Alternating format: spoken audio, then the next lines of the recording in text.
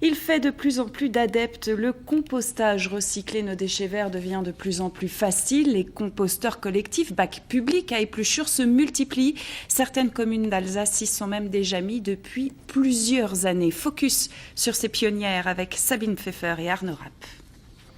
À Morchevire, ses cigognes, ses vignes et son compostage collectif. Depuis 4 ans, une quinzaine de familles déposent ici leurs déchets biodégradables en les mélangeant à des copeaux de bois ou des feuilles sèches. Une fois que le bac d'apport est plein, on le met dans un bac de mûrissement où le compost devient presque du compost. Et quelques mois plus tard, il peut être récupéré dans les jardins.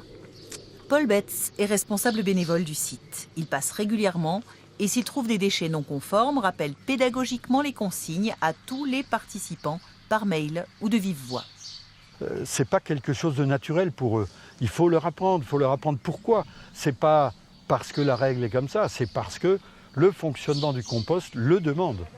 Ce site est l'un des 3 premiers composteurs collectifs mis en place dès 2010 par la communauté de communes. Depuis, il y en a 13 dans toute la vallée de Kaysersberg, toujours à la demande des habitants. Ce qu'on fait, c'est qu'on met une convention en place entre d'une part les habitants et puis les bénévoles guides composteurs, d'autre part la communauté de communes et puis enfin le propriétaire du site. Donc le propriétaire, ça peut être la copro, ça peut être le bailleur ou ça peut être la commune pour pouvoir se souvenir que telle action est à gérer par tel ou tel partenaire.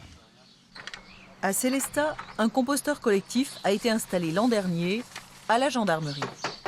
On a beau être militaire à la gendarmerie, nous n'en sommes pas moins des citoyens responsables et éco-responsables. Donc c'est ce qui nous a conduit et amené à monter ce projet. Le SMICTOM d'Alsace Centrale a fourni le matériel et le soutien pédagogique. 39 familles sur 42 participent et le compost ainsi recréé est mis à disposition de tous sur un bout de terrain. Vous voyez, il y a déjà quasiment presque plus de terreau puisque les gens peuvent se servir pour faire les jardinières de géranium puisqu'on est en pleine période. Et ce recyclage a déjà permis d'économiser l'équivalent d'un gros conteneur de déchets. Au pied de ces immeubles HLM, on composte depuis début avril. Des habitants assurent des permanences 3 fois par semaine pour tout expliquer à la centaine de familles intéressées. Et c'est toujours très humide, alors on ramène les feuilles qui sont sèches. Le site a été mis en place par l'association La Maison du Compost, soutenue par la communauté urbaine et le bailleur social. On a fait du porte-à-porte, on est allé voir les gens chez eux, on a discuté un petit peu, voir un petit peu leur sensibilité et c'était vraiment très positif. Vous savez ce que c'est que le compost? Durant les permanences, les enfants apprennent plein de choses. Vous savez ce qu'on a en fait ensuite ce terreau? Légumes. Par exemple. Oui, voilà. Et des plantes, des fleurs.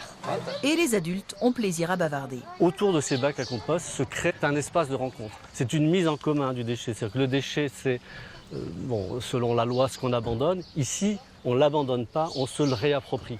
Car valoriser ces épluchures peut aussi conduire à parler de recettes, de gaspillage et pourquoi pas faire évoluer ses habitudes alimentaires.